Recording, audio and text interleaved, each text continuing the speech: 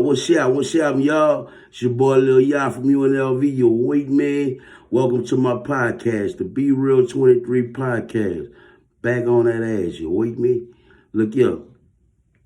This episode, I want to talk about when the Muslims took over as our security guards. Baby and Slim wanted to upgrade their company and, get everything real on a professional level and, move on to like bigger things. That was their reason for actually hiring the Muslims to protect us, to be our security guard. And it was a bigger and better look in their eyes. So this would happen. Okay, we was known for rocking with our hood. Everywhere we go, we bring our hood with us, different sections, the Mac, Melv, Cali, Josephine, 6 and Barone, some people at the 12. They all mobbed up to come to our shows with us whenever we would give a show. And we looked at these guys as like not only fans or supporters or whatever, but we know for a fact they're going in that water, something happened.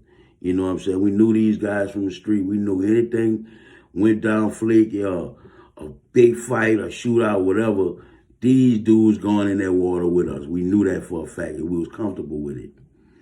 But it just so happened the look wasn't professional at all, and we really couldn't control everybody that was on our team, you know what I'm saying? So therefore, Baby wanted to upgrade and step up and get the Muslims to be our security guards.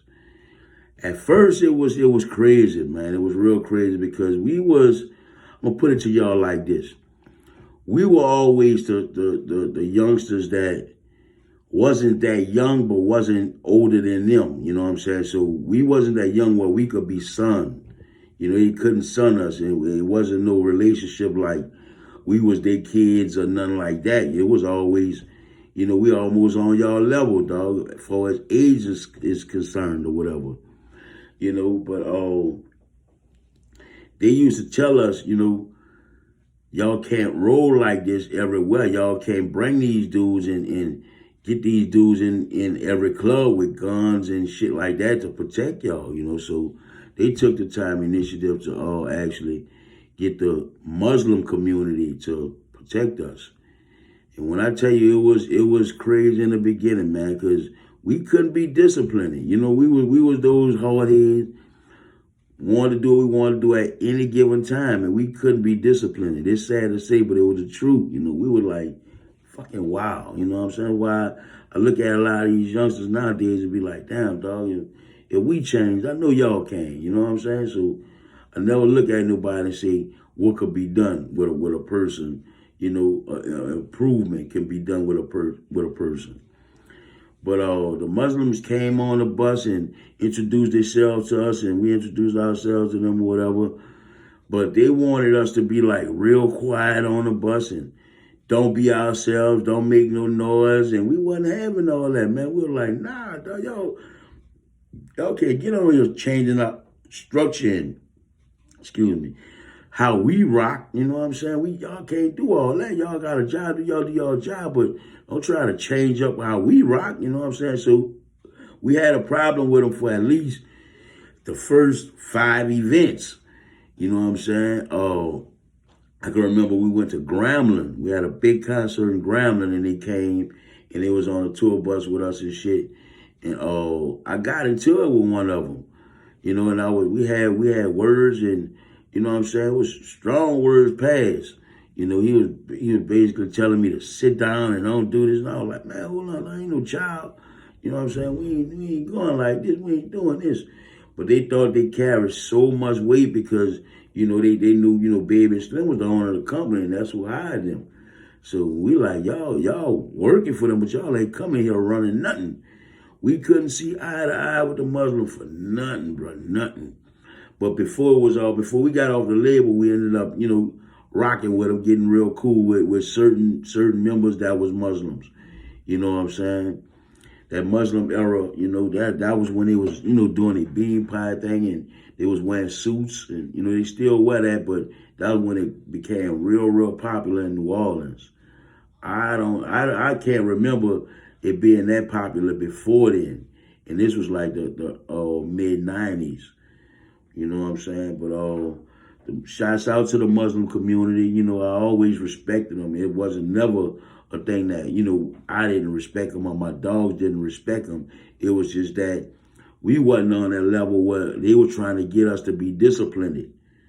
You know what I'm saying? And not defend, not rely on our hood and, you know, people that ain't professional bodyguards to protect us.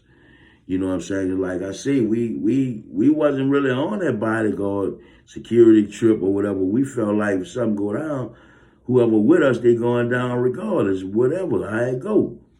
You know, so it created conflicts and Cash Money decided that they wanted the Muslims to protect us. And they came, it was a damn good look. They came to all the concerts, and you know, once we got off the tour bus or whatever we may be riding in or whatever, they'll make a little a circle or a line or something around us, and people barely could see us. It was a good thing for, you know, celebrities. You know what I'm saying? Who make their interest and leave out, and you know, overall, it was a damn good choice that they made. But like I said, we wasn't ready for that. We was a wild young knucklehead, Black Connection 226 living, you know what I'm saying, just rocking. We ain't give a damn. We'll go on stage half of the time. We done went on stage scrap. You know what I'm saying? People ain't even knew. You know, so we never was ones that believed in security and all that. You know what I'm saying? Nowadays it's important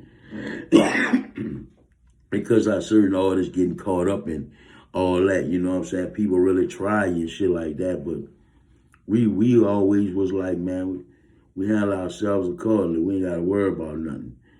You know what I mean? But the Muslim community, they also spoke at Yellow Wake. I can remember doing Yellow funeral or wake at the time, whatever y'all want to call it. You know what I'm saying? They came and delivered a speech on behalf of Cash Money. I don't know which one it was, what the dude name was or whatever that delivered the speech, but they had like maybe 15 of them there, you know, representing Cash Money. And the guy spoke on Baby and Slim behalf. You know, it was like, you know, they sent them to do this and whatever, so they spoke on it. You know, but the Muslim, they ended up being real cool. We ended up getting an understanding out of them. They understood us. They just realized that, you know, we were some wild youngsters that wasn't ready to be disciplined, you know, and they respected it at the end. But, you know, I can't say that it wasn't a good look, you know, because we could have handled our own self. But like I say, times had changed, you know what I'm saying? It wasn't the same.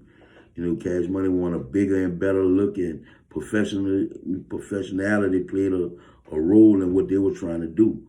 You know, we basically didn't understand the discipline part, you know.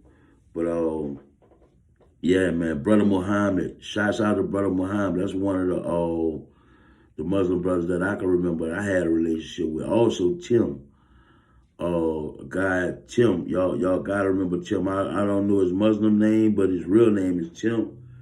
He went to Corn, you know, Brother Timothy. Short dude, wear glasses. He from Uptown area. You know, he's really involved in the Muslim community. So y'all gotta know who I'm talking about, you know what I mean? But yeah, bro, this was our Ep when Cash Money hired the Muslims to actually oversee our operation and be our security guards, you know what I'm saying? I don't know if they still doing anything for Cash Money or whatever. I haven't saw them in a minute, but before then, like I say, especially Josephine. Josephine was riding with us. The Magnolia was riding with us. And I spoke on this before. Just like, you know, when Terrence Gangster came home, I told people I didn't know anything about him being Baby them brother, which I didn't know anything about that. But people like Gangster, I can't say Stone, because Stone and Rock didn't really roll with us hard, but Gangster, Mosquito, Sterling, all those cats used to come to our concerts with intentions on anything going down, having our back straight up all the time. You know, and I can remember Baby telling me that, you know, try to keep those type of dudes from around us because they didn't want that image. You know what I'm saying? That's when the Muslims came in play because, we was telling them, look, dog, we need to be protected, whoop-de-whoop, and all that kind of shit. You know what I'm saying?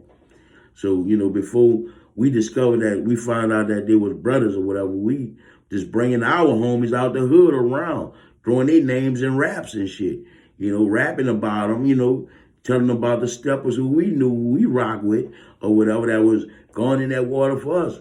We looked around, we wasn't with the company no more. That's who became their security. I don't know if they actually left the Muslim alone again, left the Muslims alone again, and draw to, the people that we brought around them that became security, but I don't know how that went. You know what I'm saying? Our security was our hood. Mac Melcalio, Josephine, that was our security. You know what I'm saying? The Muslim came, they took over for Cash Money. We left, Muslim must have left too, and our old security must have joined the team. I don't know how it went down. You know what I'm saying? But check it out. I need y'all to hit that like and subscribe button ASAP. Tell a friend about my podcast. You wait me, and I'm out.